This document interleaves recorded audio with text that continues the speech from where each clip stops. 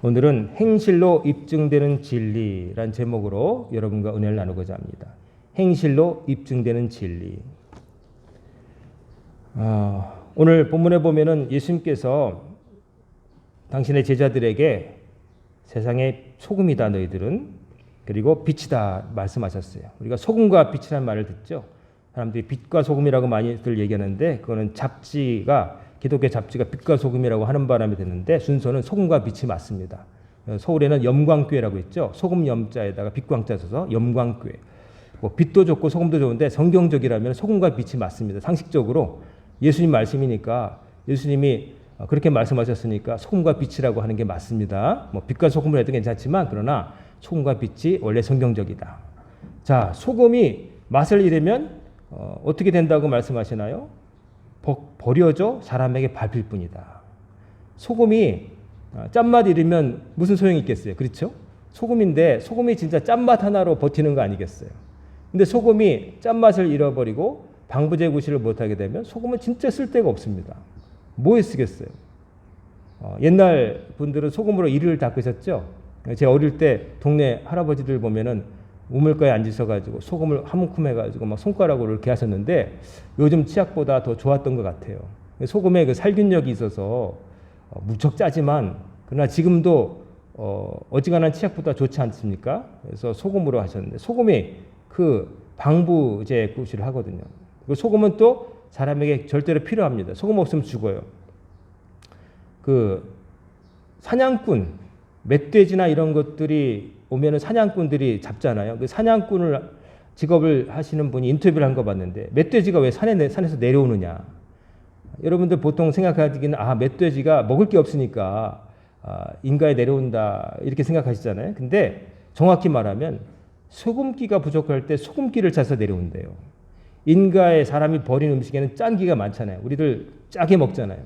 소금이 부족하면은 소금기를 찾아서 멧돼지가 내려온다는 거예요. 그래서 그 사람은 멧돼지를 어떻게 잡냐면은 멧돼지를 잡는 그 틀을 만들고 그네다 소금을 놓으면은 멧돼지가 그냥 엄마 아빠 자식들까지 다 들어온다는 거예요. 총으로 안 쏴 죽여도 그렇게 한다는 거예요. 실제로 노루나 뭐 이런 고라니 이런 애들도 소금 있는 데 가면 막 핥아요. 그래서 외국의 국립공원 보면은 소금을 일부러 한 움큼씩 어디다 둔답니다. 자연 상태에서 조금 얻을 수 있지만 특별히 모자랄 때는 소금을 이렇게 원한다고 그러는 거죠. 소금이 근데 짜지 않으면 의미가 없는 거죠. 밖에 버려서 밟혀진다. 소금이 질이 안 좋으면 어떻게 됩니까? 바닥에 밟혀서 땅 다지는 데 써요. 그렇죠? 그래도 그 쓸모가 좀 있는 거예요. 테니스장 같은데 중국산 그 소금 싼 거, 불순물 많이 섞인 거 뿌리거든요. 그러면 물 빠짐이 좋아지거든요. 그래서 그런 데 뿌리고 또 염화칼슘이 모자랄 때 그 소금 뿌리면은 눈이 녹잖아요. 소금기가 있으면은 눈이 잘 녹아버리니까. 근데 진짜 소금이 요즘은 그렇게 쓰지만은 소금으로서의 맛과 그 기능을 잃어버리면 정말 밟히는 거예요. 사람들에게 밟히는 거예요. 또 빛이 만약에 있다고 할 때 정말 빛이라면 사람들이 어떻게 하느냐. 빛을 그냥 돛박 같은 데다가 이렇게 해가지고 덮어두고 안 보이게 하는 게 아니라 등이 비치는 그런 데다가 잘 비춰서 환하게 비치게 한다는 거죠. 그 빛은 밝히는 기능, 바깥으로 뻗치는 기능이 있단 말이에요. 근데 빛이 만약에 그런 기능이 없으면 빛도 아닐 뿐더러 의미가 없는 것이죠. 그래서 소금과 빛이 되라고 말씀하셨습니다. 자, 소금과 빛에 대해서 말씀하신 것은 이것들은 고유한 효능이 있단 말이에요. 그러니까 그 물질 자체로, 현상 자체로 가만히 있는 게 아니라 그것이 갖고 있는 힘이 있단 말이에요. 그것을 쓰면 어떤 결과가 빚어진다. 특별한 그 열매로, 결과로 나타난다는 거예요. 근데 그런 것이 없게 되면은 뭐가 소금이고 뭐가 빛이냐 이 말씀을 하시는 거죠. 이 말씀을 이렇게 애초부터 하신 이야기는 후대 예수를 믿게 된 사람들에게 주시는 말씀이죠. 소금과 빛으로 부르심을 받았는데 짜지도 않고 빛나지도 않으면 너희들 뭐냐 정신 차리라 하는 말씀으로 주신 것을 제자들이 기억했다가 나중에 마태 같은 사람이 베드로로부터 아마 들었겠죠. 그래서 이렇게 기록으로 남긴 거예요. 주님은 생전에 이렇게 말씀하셨다. 우리더러 소금과 빛으로 살라고 하셨다. 근데 소금이 맛을 잃으면 밖에 버려져 밟히는 것처럼 너희들도 밟힐 거다. 너희들이 내 말대로 살지 못하면 너희들은 밟힐 것이다. 빛이 되어서 세상을 어둠에 밝히지 못하면 너희들은 의미가 없어질 것이다 라고 말씀하시면서 너희 착한 행실을 보고 하늘에 계신 너희 아버지께 영광을 돌리게 하라. 사람들 앞에 너희들이 누구인지 그리고 어떻게 사는지를 보임으로써 다른 사람들이 하나님께 영광을 돌리게 하라. 그 말씀을 하신 거예요.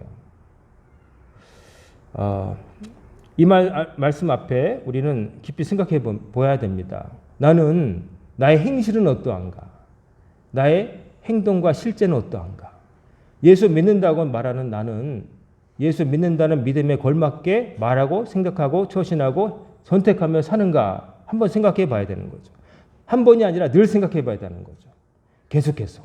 왜냐하면 우리는 너무나 잘 망각하니까. 우리는 잘 잊어버립니다. 머리가 아무리 좋은 사람도 자기가 누구인지를 늘 생각하는 거 아니에요. 예전에 제 동생의 친구 차를 얻어 탄 적이 있어요. 제 막내 동생과 막역한 친구인데 그 친구가 이제 전자제품 대리점을 했었어요. 근데 어느 날 어떻게 하다가 제가 동생과 더불어 걔 차를 얻어 타게 됐는데 제가 뒷자리 타고 동생이 옆자리 타고 운전석에 그 동생의 친구가 탔죠. 근데 가다가 갑자기 어떤 차가 신호를 무시하고 앞을 쌩 하고 지나갔어요. 그랬더니 제 친구의 동생 입에서 막 육두문자가 막 나가는 거예요. 막 나가다 아차 하더니 뒤돌아보니 형님 죄송합니다 그러는 거예요. 뒤에 누가 탔는지 잠시 잊은 거예요. 이제 그 친구가 나쁘다고 하는 게 아니라 문득 사람이 그럴 수 있잖아요. 확 울컥해서 화가 나는데 내가 지금 누구랑 있는가를 우리가 잊어버릴 때 있잖아요. 나 혼자 있다고 생각하고 여기까지 나오는 거. 나오다가 참기도 하지만 나오기도 하는 거. 이게 우리가 그렇단 말이에요. 내가 지금 누구와 있는가를 깜빡 잊어버리는 거예요. 깜빡 잊어버리는 거예요. 그 우스갯말 있죠. 어떤 사람이 요즘 좋은 이어폰 있잖아요. 이어폰 끼면은 노이즈 캔슬링 기능이라고 해서 밖에 잡음이 1도 안 들리대요. 제가 어떤 목사님이 껴보라고 해서 껴봤더니 보통은 밖에 소리도 같이 들리는데 그거는 딱 끼니까 제가 방 안에 혼자 있는 것처럼 음악만 들리고 아무것도 안 들리더라고요. 그런 기능이 있더라고요. 이제 이어폰이 성능이 좋을수록 바깥 소리가 안 들리잖아요. 근데 어떤 사람이 그 귀에다가 그런 걸 끼고 음악을 듣다가 이제 밖에 소리가 아무도 안 들리니까 이제 배에 신호가 와서 그냥 방귀를 꼈다는 거죠. 근데 전철 아니었다는 거예요. 사람들이 다 있는데 자기 귀에는 음악만 들리니까 자기 혼자 있다고 일순간 착각을 한 거죠. 근데 자기만 안 들렸지 다른 사람 다 들은 거예요. 웃긴 일이죠. 사람이 자기가 어디에서 지금 어떤 처지에서 누구랑 있는지를 잊어버릴 때가 참 많다는 거예요. 그래서 우리는 정신을 차려야 되는 거예요. 내가 지금 어느 자리에 누구와 어떤 상황이 있다는 거. 이거를 가지고 분별력이 있다. 처신을 잘한다. 이렇게 말을 하죠. 근데 그런 것이 없게 되면은 그 자리에 걸맞지 않은 행동과 의복과 말을 하게 되는 거예요. 그러면 눈치 없는 사람 넘어서 나중에는 매너 없는 사람으로 오해받기도 하고 또 분별력이 없는 사람, 자리 분별력이 없는 사람으로 통하게 되는 거죠. 신앙도 비슷합니다. 우리가 하나님을 정말 24시간 마음에 담고 하나님과 동행함으로 살아야 되는데 잠깐 잊어버릴 때가 있거든요. 신앙이 없어서가 아니라 순간 잊어버릴 때가 있거든요. 저도 마찬가지고. 근데 그런 때를 조심해야 돼요. 그런 때 큰 실수가 나오기 때문이에요. 근데 실수 정도가 아니라 때로는 그 기간이 길어지면 문제가 돼요. 즉 뭐냐면은 교회에 있을 때는 기독교인인데 교회 문 밖을 나가면서 딴 사람이 되는 거예요. 차를 타면서부터 직장에 가면서부터 모르는 사람 만날 때부터 그때는 달라지는 거예요. 그게 문제인 거예요. 우리는 언제 어디서나 하나님의 자녀요, 예수님의 제자라는 것을 잊지 말며 살아야 되는 건데 우리가 그걸 잊어버린다는 거죠. 소금과 빛이 되라고 하셨어요. 그러면서 율법이나 선지자나 폐하러운 줄로 생각하지 말아라. 폐하러운 것이 아니라 완전케 하려 함이로다. 제가 지난주 말씀드린 것처럼 율법이라는 게 하나님께서 주신 건데 그게 결코 나쁜 건 아니에요. 하지만 문제는 율법 만능주의에 빠지면 안 된다는 거죠. 즉 율법을 그저 지킴으로써 내가 선하게 되는 건 아니라는 거예요. 율법의 기능은 어떤 것이 해도 될 일인지 하면 안 되는 일인지를 가르쳐주는 신호예요.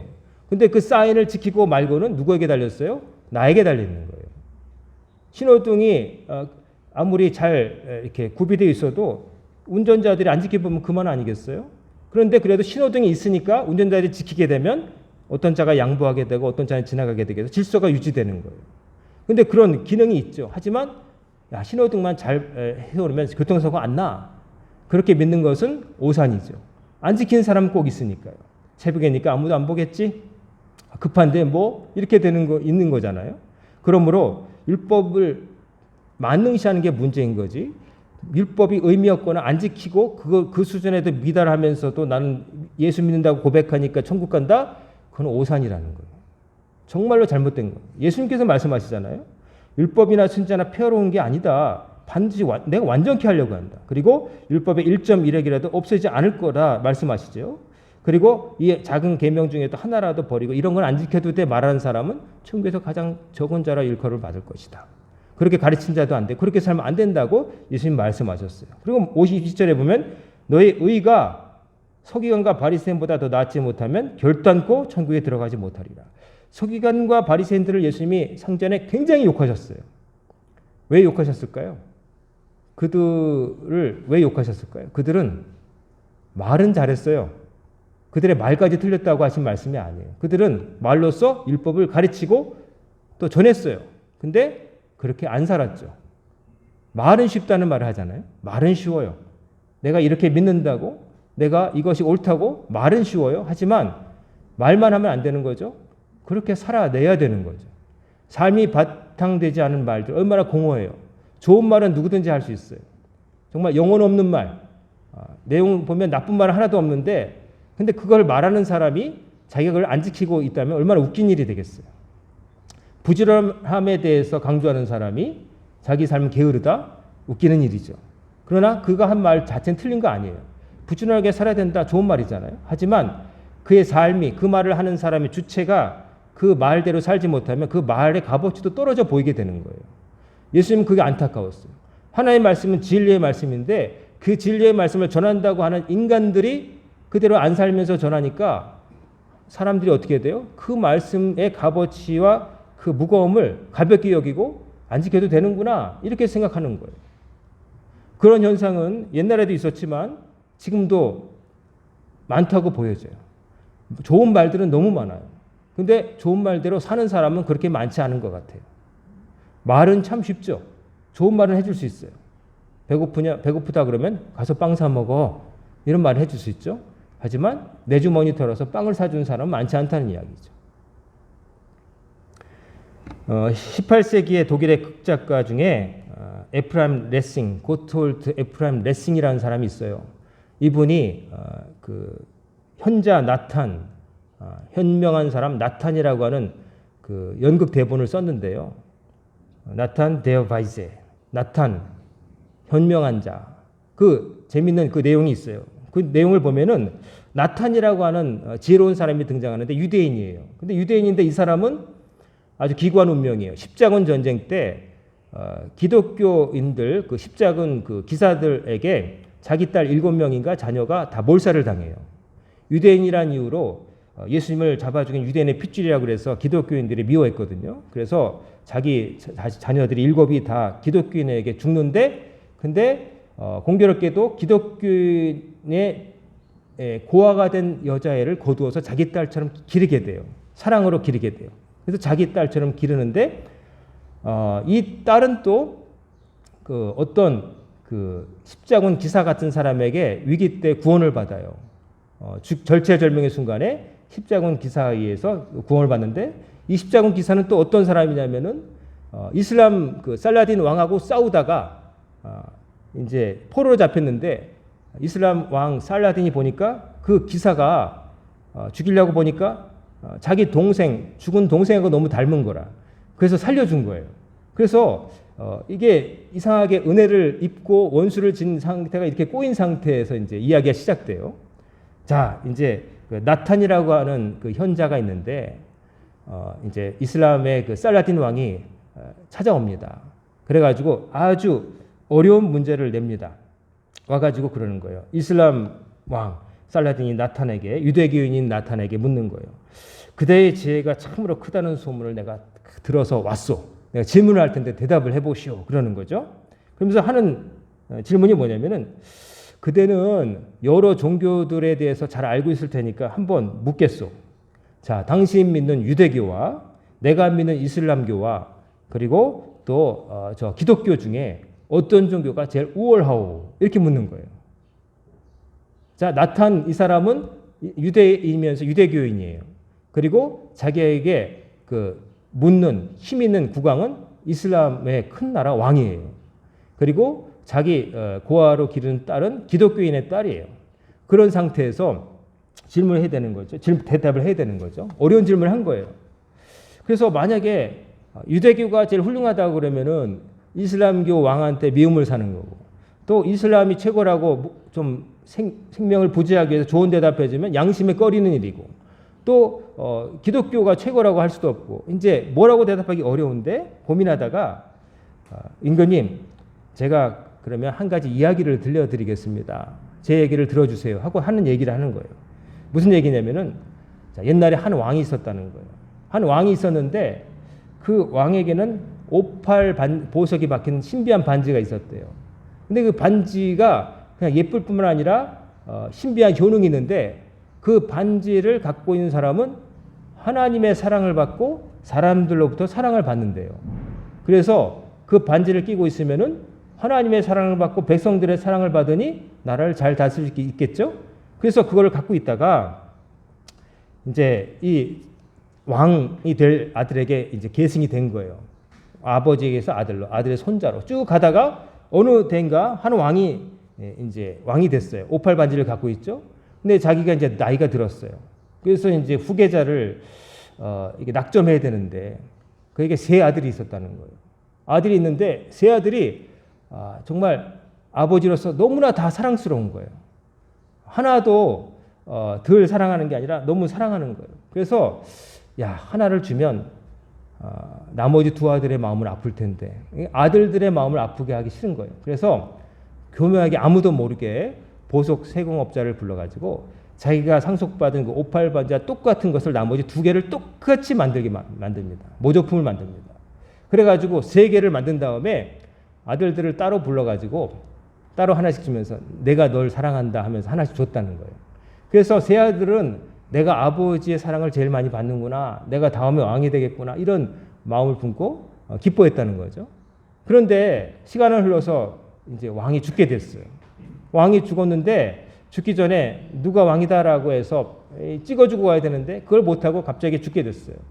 그러고 나니까 이제 누가 왕이 될 거냐 이제 하는 문제가 생겼는데, 저마다 세 왕자가 어떻게 했을까요?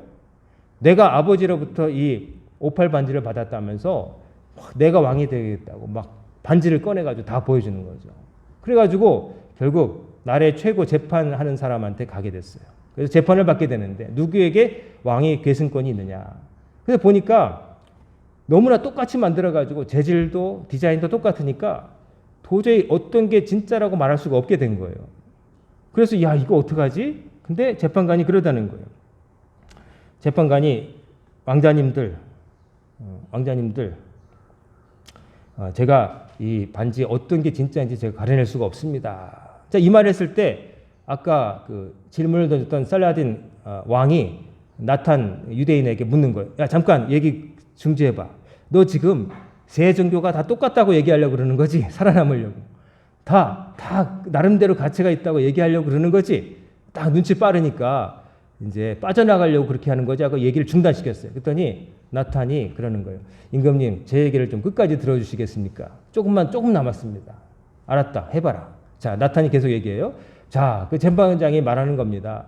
왕자님들 새 반지를 보니까 재질과 디자인이 똑같아서 어느 것이 분명한지 이거 어떻게 구할 수가 없습니다. 어떻게 뭐 다른 것이 못하고 낫다고 해서 증명해 볼 길이 없습니다.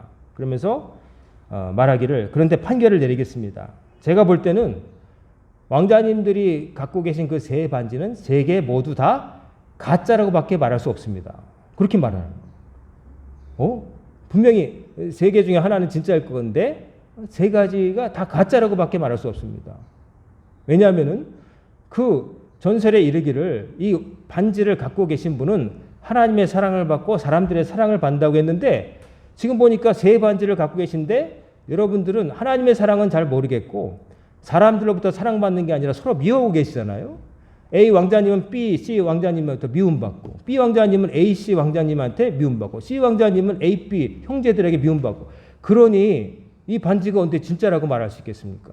사랑은커녕 미움만 받는 반지네요. 그렇게 말해버렸다는 이야기로 얘기를 끝맺습니다.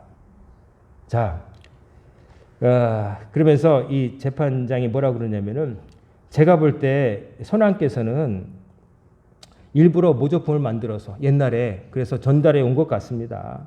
이 나라를 다스릴 분이 이 반지에 의지해서가 아니라 정말로 하나님의 사랑을 받고 사람들의 사랑받을 만한 임금이 되시기를 바라는 마음으로 이 반지를 의지하지 말고 진짜 왕이 되실 분이 되라고 이 가짜를 남기신 것 같네요 하고 얘기가 끝맺는다는 거. 자, 우리가 다양한 종교들이 있죠. 우리가 믿는 기독교 안에서도 천주교가 있고 개신교가 있고, 또 바깥에는 이슬람교도 있고, 또 그 안에도 뭐 파가 나뉘고, 또 불교도 있고 힌두교도 있고, 그 밖에 다른 종교가 있습니다. 저마다 자기들이 신의 진리를 갖고 있다고, 하나님의 뜻을 가장 잘 알고 있다고, 가장 잘 따르고 있다고 말을 하며 경쟁하고 살아가죠. 불교인들은 포교라고 자기들의 그 부처님의 가르침을 전한다고 얘기해요. 우리는 전도한다 그러고, 또 해외에 나가 선교한다 그러고, 뭐 이단들도 섞여가지고 저마다 역 앞에 서서 막 사람들에게 말을 전해요. 한결같이 말합니다. 우리가 진짜입니다. 우리가 진짜입니다. 우리가 제일 퍼펙트합니다라고 얘기를 하죠. 그런데 정말 중요한 것은, 물론 우리 하나님 말씀, 기독교가 진리를 담고 있는 유일하고도 완벽한 그릇이라는 것을 기독교인은 믿어야 되겠죠. 근데 중요한 것은 뭐냐면은 그 믿는 대로 입증해야 되는 거예요. 말로 싸워가지고는 우열을 가릴 수가 없어요. 저마다 내 반지가 진짜라고 말하면서 다툴 수 있지만, 그 반지에서 중요한 건 뭐예요? 하나님의 사랑을 받고 이웃의 사랑을 받을 수 있는 그 힘이, 능력이 드러나야 되는 거잖아요. 근데 그런 것들이 안 드러나고 사랑하기는커녕 미워하고 일반 좀 착한 사람보다도 못한 수준으로 신앙인들이 살아간다면, 바리새인과 서기관들의 의보다도 못하다면 천국에 못 들어간다는 거예요. 우리가 믿는 진리임을 입증할 수 없다는 거예요. 입증할 수 없으면 전도도 할 수 없어요. 왜? 진리라는 거 입증 못했으니까 누가 따라오겠어요? 아, 진리구나, 저게 내가 살아갈 유일한 길이구나 하는 것을 믿어줘야 사람이 따라올 거 아니겠어요? 근데 그게 입증되지 못하니까 뭘로요? 행실로, 말과 행동으로, 삶으로 드러나지 못하면 입증되지 못하는 거예요. 교리 가지고 맨날 싸워보세요. 교리 가지고 너희는 뭐 어떨 때 어떻게 한다, 뭐 침례냐 세례냐, 아니면 뭐 십자가를 달아야 되느냐, 그것도 우상이냐 내려놔야 되느냐, 뭐 그런 거 가지고, 그런 거 하나님은 그런 거에 관심은 별로 없으실 것 같아요. 사람을 세례 줄 때 물에 푹 담그든지, 아니면은 머리만 우리가 세례라고 하는 걸 하든지, 아니면 저 이스라엘 가서 그냥 가운 입고 푹 당기든지, 그게 중요한 게 아니죠. 마음의 세례, 정말로 새로 살겠다는, 내 과거는 죽고 새로 살겠다고 하는 마음의 결심, 그리고 결심뿐만 아니라 결심을 지켜나가는 삶, 살아내는 삶, 이게 있어야 내가 믿는 신앙이 진짜라는 것을 나에게도 스스로 납득을 하고 다른 사람에게도 입증을 할 수 있는 거 아니겠어요? 그게 안 되면은 그냥 반지 놓고 싸우는 그런 사람들, 왕자들처럼 되는 거예요. 왕은 되고 싶은데 왕이 뭐 하는 걸 모르는 거예요. 왕은 하나님의 사랑을 받고 백성들의 사랑을 받고 하나님을 사랑하고 백성을 사랑하는 사람이 왕이 돼야 되는데, 뭘 해야 될지는 모르고 왕 자리만 좋아하는 거예요. 쉽게 말하면 기독교인으로서 천국은 가고 싶은데, 그럼 천국 가기 위해서, 천국 갈 만한 우리 삶을 어떻게 살아야 되느냐에 대한 관심은 없는 거예요. 그냥 거기 들어가고만 싶다는 막연한 열망만 있을 뿐, 그 땅에 들어가기 위해서 하나님이 뭘 요구하시는가, 여기에 대한 관심이 없다면, 그렇게 살지 못하면 반지 가지고 싸우는 거예요. 무슨 의미가 있냐는 거예요. 그게 물론 우리 기독교가 최고의 진리라는 걸 우리가 알고 있죠. 믿고 있죠. 그런데 그것은 우리 말로서 전해지는 게 아니에요. 말로서 전해지면은 앉혀놓고서 얘기하고, 야 너희들 종교는 이런 모순이 있지, 자 틀렸지, 그래 그러므로 너희들은 틀렸어, 그러니까 예수 믿어 하면 알겠습니다. 근데 그렇게 안 되잖아요. 그렇게 증명될 수 있는 부분이 아니란 말이에요. 말로는 되는 게 아니란 말이에요. 말 너머에 말을 하기 전에 말을 하는 사람의 그 인격이 변해야 되고 삶이 변해야 되는 거예요. 그래서 예수 믿는 것은 마음이 변해야 되고 첫째, 그리고 행실로 나타나야 돼요. 그러지 않으면 그건 위선이에요. 바리새인과 그런 율법학자들이 예수님께서 욕먹은 것은 저들의 말은 본받지 말되 행실은 괜찮다라고 말씀하셨거든요. 행실은 틀렸어요. 행실은 틀렸어요. 말은 본받지 말. 말은 막 청산유수로 이렇게 된다, 저렇게 된다, 이렇게 삽시다, 저렇게 삽시다 하는데 자기들은 그렇게 못 지킨다는 거예요. 그리고 지난 시간에 말씀드렸지만 더 나가서 한 단계 넘어가자면 그런 율법이나 이런 것들을 지켜도 동기가 불순하면 또 안 되는 거예요. 행동은 그럴듯하게 흉내낼 수 있어요. 제일 밑에 단계는 율법도 다 못 따르는 거예요. 두 번째는 율법을 지킬 수 있는데 속으로는 안 기뻐하면서 지키는 거예요. 다 불완전한 거예요. 하나님께서 주신 율법을 기쁨으로 지킬 수 있어야 되는 거예요. 기쁨으로 지킬 수 있으려면 하나님께서 왜 그 율법을 주셨는지 의미를 알아야 돼요. 그게 나를 위한 것이고 모두를 위한 것임을 깨달아야 되고 그게 진리라는 것을 내가 확신해야 돼요. 그럴 때 내가 하나님께서 주신 법을 억지로가 아니라 기쁨으로 지킬 수 있는 데까지 나아갈 수 있는 거예요. 그리고 그렇게 될 때 우리가 소금과 빛의 역할을 감당할 수가 있게 되어서 나만 구원받는 게 아니라 다른 사람에게도 선한 영향력을 힘 있는 말씀을 전할 수가 있게 되는 거예요.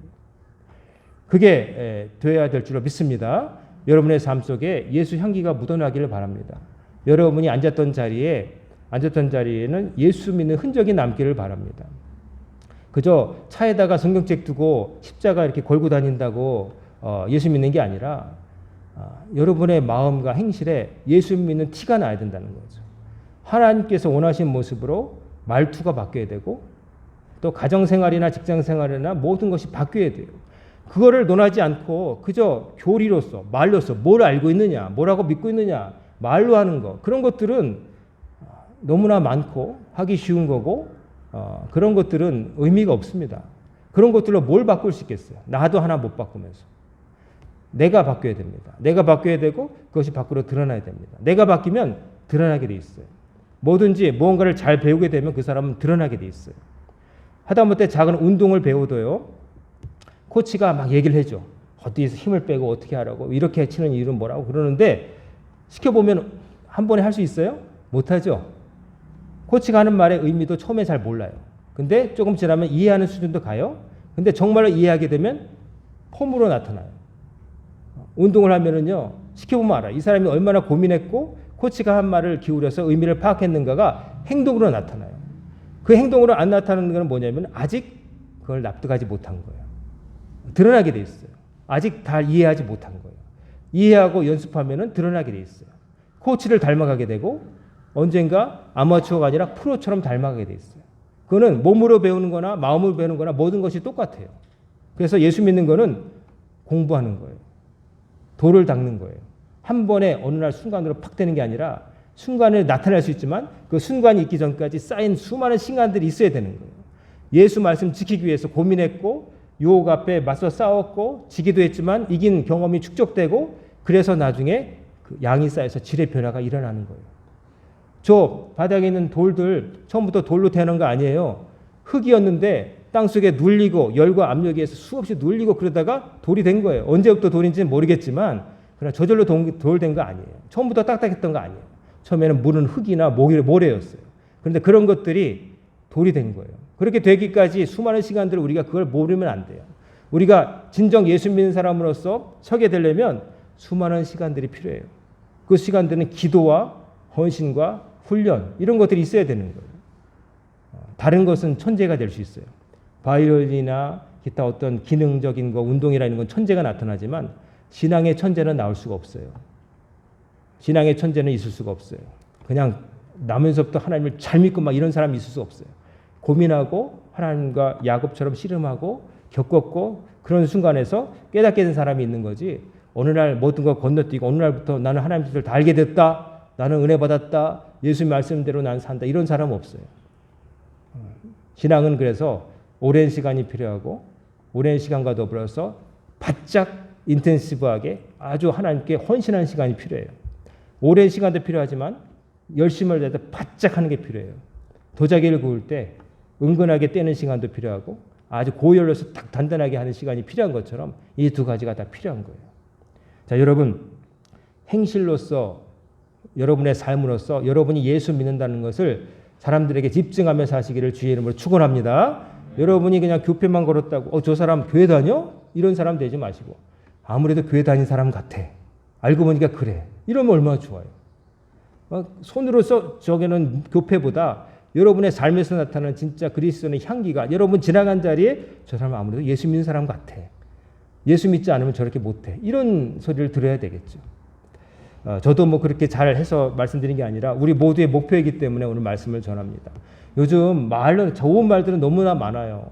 어떻게 해야 되고 저렇게 해야 되고 뭐 이단도 가만히 들어보면 우리가 이단들 보면 참 열심인 것 같고 좀 일반적인 정통 교단에서 안 보이는 모습들 기괴한 모습도 있지만 또 정말 열정적인 모습도 보게 되는데 우리가 그들과의 경쟁에서 지면 안 되죠. 우리가 질 수 없죠. 이겨야 되는 거죠. 예수 믿는 거는 사람들은 착각하는 것 중에 하나가 기독교는 종교는 도덕을 초월한다. 초월한다는 말을 잘 모르는 것 같아요. 도덕을 초월한다는 것은 도적 윤리 수준 이상이란 얘기지 도덕과 배치되고 도덕은 무시하고 완전히 다른 길이 있다는 얘기를 하는 게 아니에요. 즉 교회 안 다니고도 착하게 사는 사람보다 착하지 못하면 우리는 창피한 거예요. 법 없이도 살 사람 가끔 있잖아요. 살다 보면 교회도 안 다니고 어디도 안 다니는데 착한 사람이 있잖아요. 근데 그분들보다 우리가 착하지 못하면 부끄러워야 되는 거예요. 적어도 예수 믿는다면 그분들보다 더 착해가지고 그분들이 우리를 보고 야 나보다 선하게 사는 사람이 있네 하고 머리를 숙일 수 있도록 우리가 그걸 목표로 해서 살아야지 어떻게 하나님 말씀을 다 지켜. 그냥 저 사람과 구별되는 거는 나는 일요일을 주일이라고 부르고 저 사람 일요일에 부르고 나는 주일날 교회 가고 저 사람은 복지관 가서 뭐 배우고 뭐 춤추고 노래하는 거 배우고 이거하고 그것만 다르면 어떡하겠어요. 정말로 달라야 될 줄로 믿습니다. 오늘 나오신 여러분 우리는 예수님의 제자고 하나님의 자녀입니다. 그러니까 뭐가 달라도 달라야 됩니다. 다를 정도가 아니라 앞서야 됩니다. 세상 사람보다 선하게, 세상 사람보다 공정하게, 세상 사람보다 더 희생하면서, 세상 사람보다 더 사랑하면서 살아야 될 줄로 믿습니다. 그러지 못함을 늘 가슴을 치면서 우리가 회개하면서 분발해야 되고 예수 믿는 사람답게 여러분이 머문 자리, 지나간 자리에 예수 향기 진동하기를 주의 이름으로 축원합니다. 아멘. 기도하겠습니다. 고마우신 아버지 하나님, 오늘도 6월 첫 주 주님 앞에 나온 성도들에게 하나님의 말씀을 들려주시고 그 말씀이 새겨지게 하셔서 잊혀지지 않는 말씀 되게 하여 주옵소서. 저희들의 삶으로 행실로서 저희들이 믿는 기독교가 참 진리임을 증명하며 살게 하옵시고 그것을 통해서 많은 사람들을 주님께로 돌아오게 하는 하늘의 별과 같은 이름으로 생명책에 남는 성도들이 다 되게 하여 주옵소서. 이번 주일도 주님께 맡깁니다. 우리 성도들 가는 곳마다 머무는 곳마다 함께 하시고 들은 대로 배운 대로 실천하여서 삶의 변화에 이르고 주변을 변화시키고 그래야 나라와 민족이 변하고 세상이 변하게 하여 주시옵소서. 예수님의 이름으로 간절히 기도드리옵나이다. 아멘.